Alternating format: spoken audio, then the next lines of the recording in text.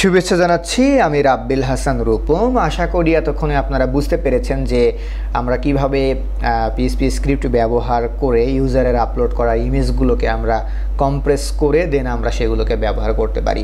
তো যখন user image upload করবে, ইউজার পিএনজি ফরম্যাটে আপলোড করতে পারে, জেপিজি, গিফ, হোয়াটএভার বিভিন্ন ফরম্যাটে আপলোড করতে পারে।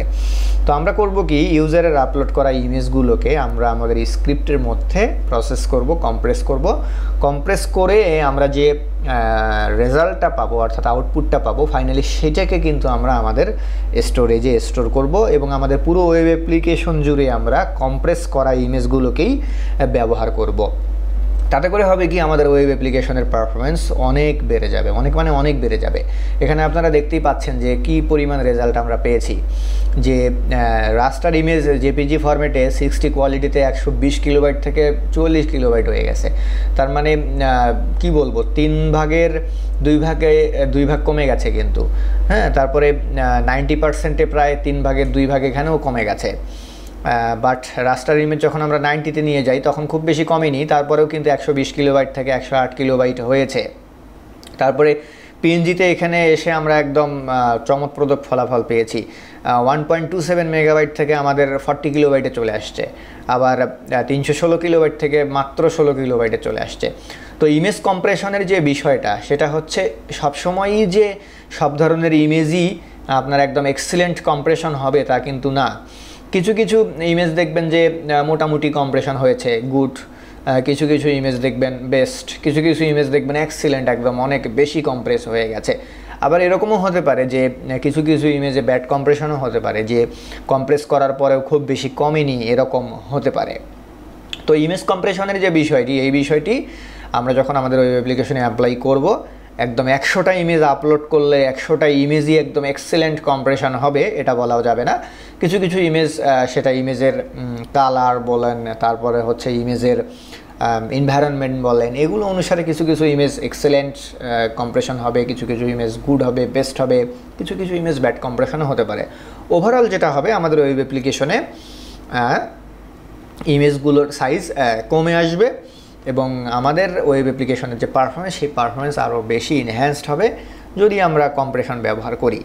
আর কম্প্রেশনের যে বিষয়টা, সেটার ক্ষেত্রে আমরা এখানে এর আগে অবশ্যই যে দেখে এসেছি যে আমরা জেপিজি, পিএনজি কিংবা গিফ থেকে আমরা ওয়েবপি ফরম্যাটে ইমেজকে নিয়ে আসছিলাম। তো ওয়েবপি যে ফরম্যাটটা, এই ফরম্যাটটা কিন্তু স্পেশালি শুধুমাত্র ওয়েবসাইটের জন্যই বা ওয়েব অ্যাপ্লিকেশনের জন্যই। হ্যাঁ, তো আপনি যদি কোনো ইমেজকে জেপিজি বা পিএনজি থেকে ওয়েবপি ফরম্যাটে নিয়ে আসেন, তাহলে এই ওয়েবপি ফরম্যাটের ইমেজটা শুধুমাত্র এই ধরনের প্ল্যাটফর্মগুলোতেই ব্যবহার করবেন। ওয়েবসাইট, ওয়েব অ্যাপ্লিকেশন, সফটওয়্যার, ওকে, এগুলোর ভিতরেই এগুলো ব্যবহার করবেন। আবার এটা মনে করেন না যে হচ্ছে ওয়েবপি ফরম্যাটে কনভার্ট করে সেটাকে আবার ফটোশপে গিয়ে এডিট করবেন। যখনই কোনো ইমেজকে আপনি পিএনজি, জেপিজি থেকে ওয়েবপি ফরম্যাটে নিয়ে আসবেন, দেন পরবর্তীতে আবার যদি আপনি ওয়েবপি থেকে পিএনজি বা জেপিজিতে ব্যাক করলে কিন্তু আবার মানে উল্টা ঘটনা ঘটবে, ইমেজ ভালো না হয়ে আরও কিন্তু খারাপ হয়ে যাবে। হ্যাঁ, তো যখন আমরা ইমেজগুলো ওয়েব অ্যাপ্লিকেশনে ব্যবহার করব, জাস্ট ওয়েব অ্যাপ্লিকেশনকে টার্গেট করে, ওয়েবসাইটকে টার্গেট করে, তখনই আমরা সেটাকে ওয়েবপি ফরম্যাটে নিয়ে এসে ব্যবহার করব। এতে করে আমাদের ওয়েব অ্যাপ্লিকেশনের যে গতি, সেই গতিও বাড়বে, কোয়ালিটিও বাড়বে। তো এই যে কম্প্রেশনের বিষয়টি, এই কম্প্রেশনের বিষয়টি কিন্তু আসলে নর্মালি অ্যাজ ইউজুয়াল বলতে গেলে মোস্ট অফ দ্য ডেভেলপার এগুলো আসলে ফলো করে না, জাস্ট বানায় যায়। তো এইগুলো আমাদেরকে ফলো করতে হবে। কোয়ালিটিফুল অ্যাপ্লিকেশনের জন্য এই বিষয়গুলো আমাদেরকে ফলো করতে হবে। বিভিন্ন ছোট ছোট বিষয় আছে যেগুলো হ্যান্ডেল করতে হবে, যেগুলো আমাদের সফটওয়্যারের কোয়ালিটিকে বাড়াবে। সফটওয়্যার বানালে শুধুমাত্র কিন্তু হবে না, কোয়ালিটিফুল সফটওয়্যার তৈরি করতে হবে। অনেক সময় আমরা আসলে বিভিন্ন সময় আসলে সফটওয়্যার বা অ্যাপ্লিকেশন বা ওয়েবসাইট, আমি যেটাই বলি না কেন, সেটার বাহ্যিক যে সৌন্দর্য সেটা দেখেই আমরা কোয়ালিটি বিচার করি। যে হচ্ছে বাহ্যিক সৌন্দর্য মানে কতটুকু দেখতে ভালো লাগতেছে, কত বেশি জাঁকজমকপূর্ণ ডিজাইন হয়েছে। তো জাঁকজমকপূর্ণ ডিজাইন, অনেক বেশি স্পেকটিকুলার, অনেক বেশি রিচ ডিজাইন, অনেক বেশি অ্যানিমেশন, একদম চকচক করিলেই শোনা হয় না, এরকম একটা বিষয়। এ ধরনের দেখে কিন্তু আসলে বলা যাবে না যে সেটা মানসম্মত কোনো অ্যাপ্লিকেশন। দেখতে যাই হোক না কেন, সফটওয়্যার দেখতে ভালোই হতে হবে তার কোনো মানে নাই, দেখতে খারাপ হোক সমস্যা নাই, বাট সেটার যেন ইউজিবিলিটি থাকে, সেটার যেন কার্যকরিতা থাকে। তো যাই হোক, আশা করি ইমেজ কম্প্রেশনের যে বিষয়টি, এই বিষয়টি আপনারা অবশ্যই বুঝতে পেরেছেন।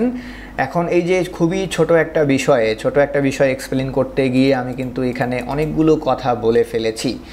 এখন এই ধরনের মন্তব্য আসবে যে ভাইয়া আপনি এত ছোট একটা বিষয়কে এক্সপ্লেন করার জন্য এত কথা বলে ফেললেন।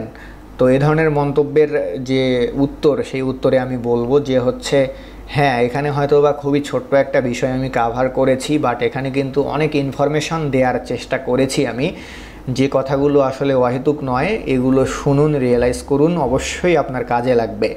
বাট এরকম হতেই পারে যে আমি 10টা কথা বলেছি, 10টা কথার ভেতরে হয়তো বা 6টা কথা আপনি আগে থেকে জানেন, এ কারণে হয়তো বা আপনার কাছে বোর মনে হচ্ছে, বা আপনার কাছে মনে হচ্ছে যে ভাইয়া এত কথা না বললেও হতো, শুধুমাত্র কাজ করাটা দেখাই দিলেই হতো। হ্যাঁ, তো এটা আপনার কাছে হয়তো বা মনে হতে পারে, বাট এখানে তো আসলে যারা আমার দর্শক তো আসলে এখানে বিভিন্ন ক্যাটাগরির দর্শক আছে, কেউ বেশি জানে, কেউ কম জানে, কেউ হয়তো বা কিছুই জানে না। তো আমি আসলে যখন টিউটোরিয়ালগুলো বানাচ্ছি, আমি যখন কথা বলছি, তখন কিন্তু আমি মন খুলে টিউটোরিয়াল বানাচ্ছি, মন খুলে কথা বলছি, এবং আমার সব ধরনের অডিয়েন্সকে টার্গেট করেই কিন্তু আমি কথা বলছি। যারা জানে না তাদের উদ্দেশ্যেও বলছি, যারা জানে তাদের উদ্দেশ্যেও বলছি। তো এই বিষয়টা অবশ্যই মেনে নিতে হবে। আপনি 10টা কথার ভিতরে 6টা কথা আগে থেকেই জানেন বলে আপনি এ ধরনের অভিযোগ করতে পারেন না যে হচ্ছে ভাইয়া আপনি বেশি কথা বলেন। হ্যাঁ, তো যাই হোক, ধন্যবাদ সবাইকে।